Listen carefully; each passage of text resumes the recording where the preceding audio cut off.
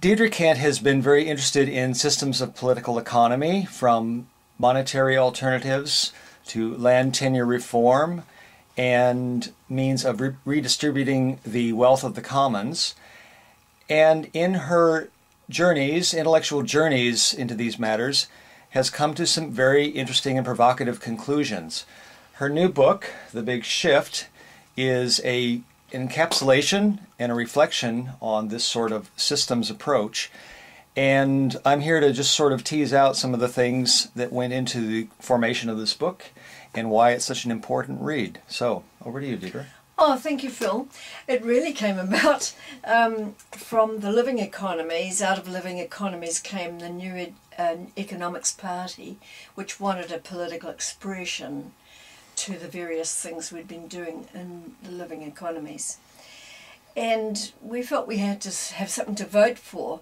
So really it's a lot of people discussing this over 4 years. So it's not just my work, but it's basically I'm responsible for what's written here.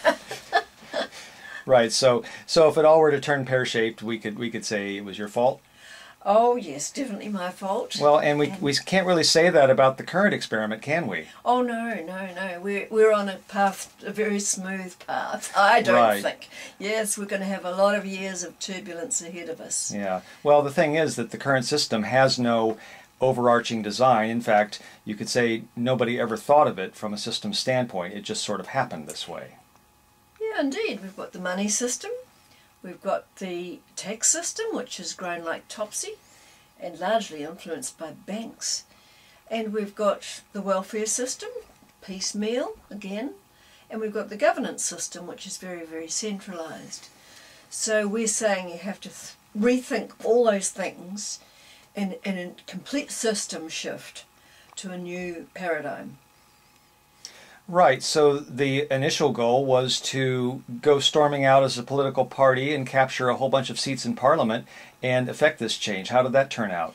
No, well what happened was that we realised that a lot of the things that had to be done were actually at local level, and a lot of the reforms that we wanted were actually politically impossible at central level.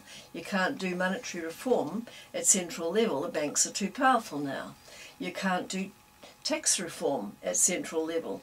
The banks are too powerful, and there's a wide electorate of interests who are opposing it, the landowners and the whole fire section really. Right. Finance, insurance. So in a nutshell, why not just do one or two of these things really easy? Just pick off the low-hanging fruit. Never. Well, actually, there are a lot of initiatives that are going on right now, and they're the precursors of a new system. We've got savings pools, which are sort of a reinvention and redesign of the old building societies. We've got local currencies, time banks, let systems. We've got worker cooperatives, we've got land trusts, we've got social enterprises where a for-profit is subsidised or is looked after financially by a business, and we've got various economic initiatives at local level.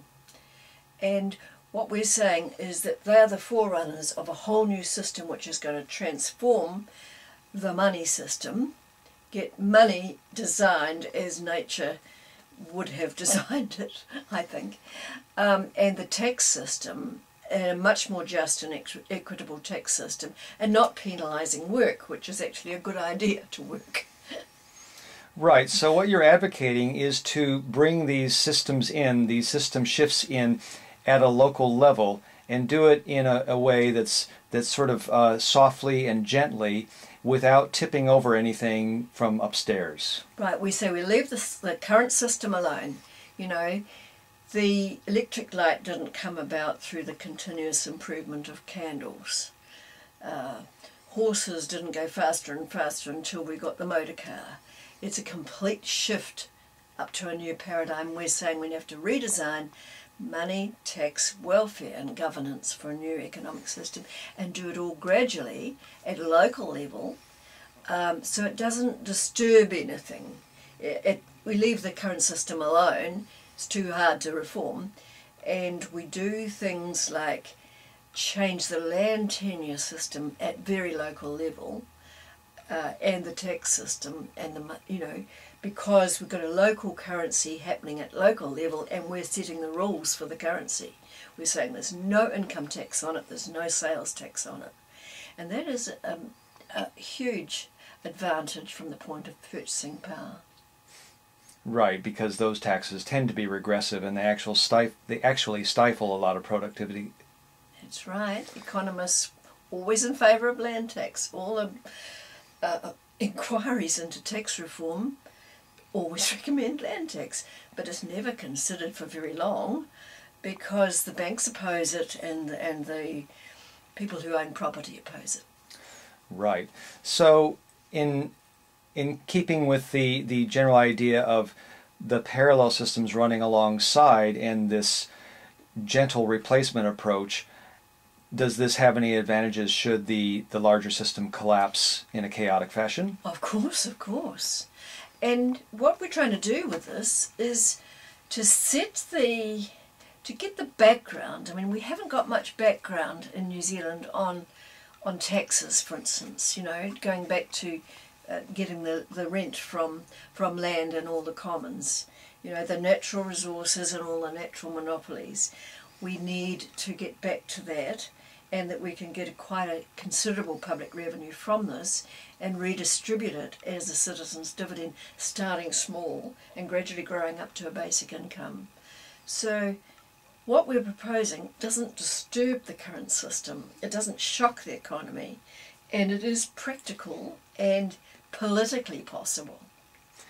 And it's attractive enough that as soon as you get a few of these little centers of innovation happening, then people start to take notice, and maybe you get a bit of good press, some positive attention, and then you get the copycats, which is, I suppose, the best form of flattery you'd have.